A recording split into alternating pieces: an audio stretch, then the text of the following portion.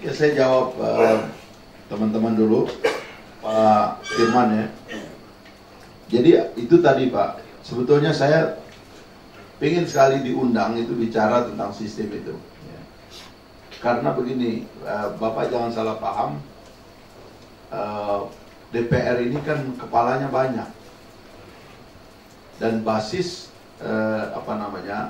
pertanggungjawaban sekarang itu semakin individual. Jadi nggak ada nanti itu Pak, Bapak nggak bisa bilang lagi DPR-nya salah, itu nggak bisa lagi Pak begitu. Itu nanti Bapak nyalahkan orang per orang.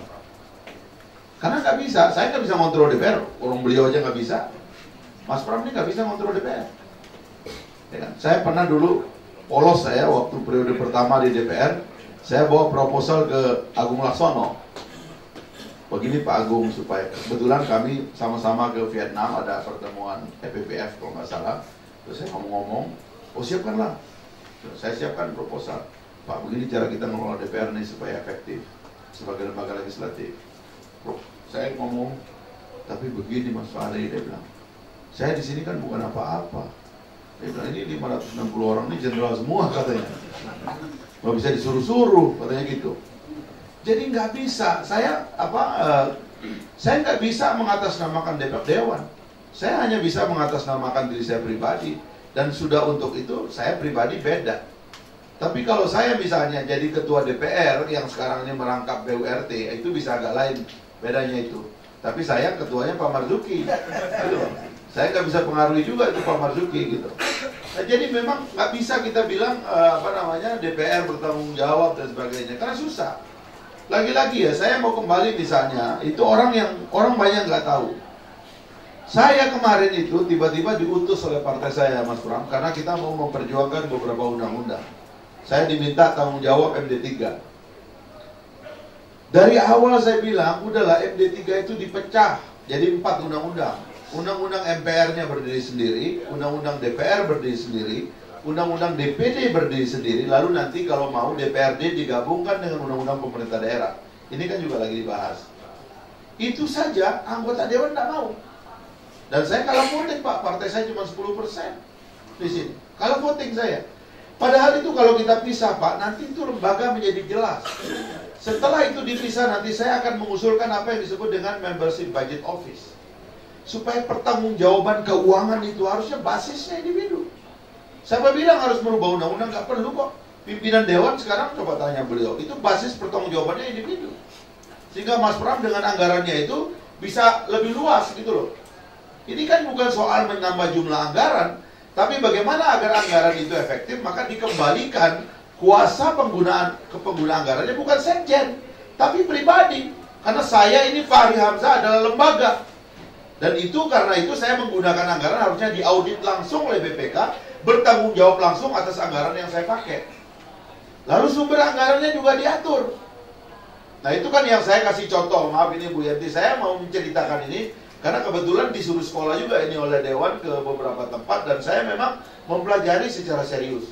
Form penggunaan anggaran di lembaga Dewan lain ya, kayak di Amerika, itu terlalu detail Pak. Sehingga orang nggak bisa main-main. Karena itu betul-betul dibikin detail dan pertanggungjawabannya itu nggak main-main juga gitu. Komite etik itu menjadikan itu sebagai dasar Pak. Ada penyimpangan Rp1, Rp2 itu diperiksa oleh komite etik. Di sini nggak ada. Saya mengusulkan itu. Tapi tolonglah perhatikan bahwa orang partai beda, orang berpolitik beda dengan PNS. PNS itu tidak punya konstituen Pak.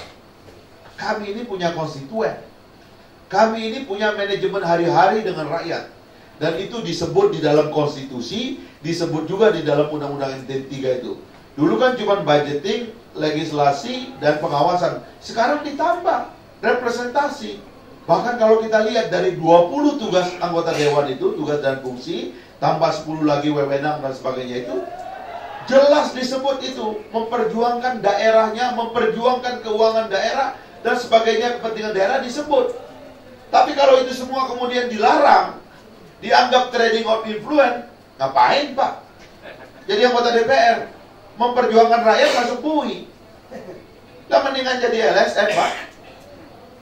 Memperjuangkan rakyat, gak dibeli rakyat pun dibilang memperjuangkan rakyat. Belum tentu juga padahal. Tapi kan gak masuk bui. Lah kita disebut oleh konstitusi suruh memperjuangkan rakyat, begitu memperjuangkan rakyat masuk bui. Ini kacau Pak, ini harus dirubah gitu loh.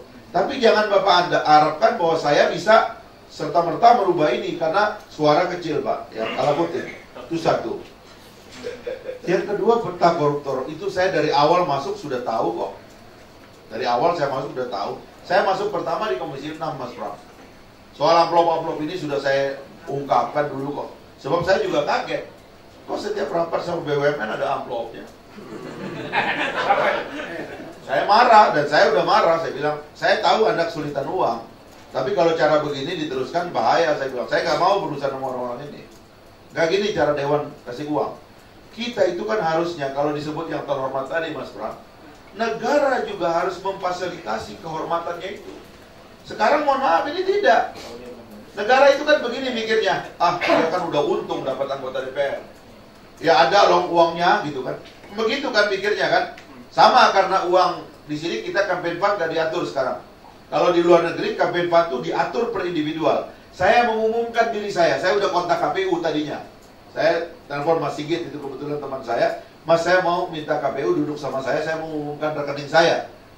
Oh siap Mas, nanti kita cek. Ternyata keluar aturan gak boleh. Oh gak boleh Mas, harus basisnya kepada partai. Loh gimana saya bilang? Padahal saya ini banyak penggemar loh. Ya termasuk cewek-cewek juga gitu ya, yang senang dengan gaya saya gitu. Nah saya mau duduk dengan dia, saya bilang ini account saya, ya kan? Dia mau taruh uang di situ, silakan KPU Bawaslu memeriksa itu gitu loh. Dan nanti pengeluaran saya dari sini aja. Ini enggak. Begitu musim kampanye kayak sekarang, semua jual tanah, semua jual rumah. Itu terjadi sekarang di mana-mana. Nanti kalau kalah nih Bu yang nggak terpilih, kasihan dia ya. Udah habis sawahnya dijual. Ternyata nggak terpilih. Nanti kalau terpilih bilangnya gini, ya syukurlah katanya terpilih, ntar bisa balik modal. Nah balik modal ini kan korupsi, gitu loh. Nah ini yang saya bilang sistem itu ya itu. Jangan nggak diatur, kita kena tangkap sendiri, bingung sendiri. Nah itu yang salah menurut saya. Karena itu ya Bu Yenti, saya mau menanggapi Ibu sedikit. Saya sebetulnya tidak ada masalah dengan represi, dengan segala macam. Cuman ini kita masuk demokrasi.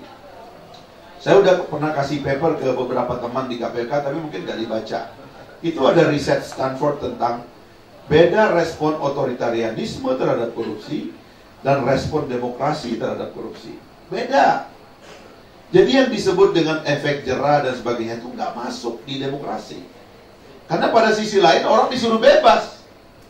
Bahkan kalau kita lihat pembelaan orang-orang neolib ya, terutama penyembah kebebasan pasar itu, apa yang dilakukan oleh KPK sekarang ini adalah kriminalisasi terhadap pasar. Dan itu bahaya Bu. Itu efeknya itu pada roda perekonomian.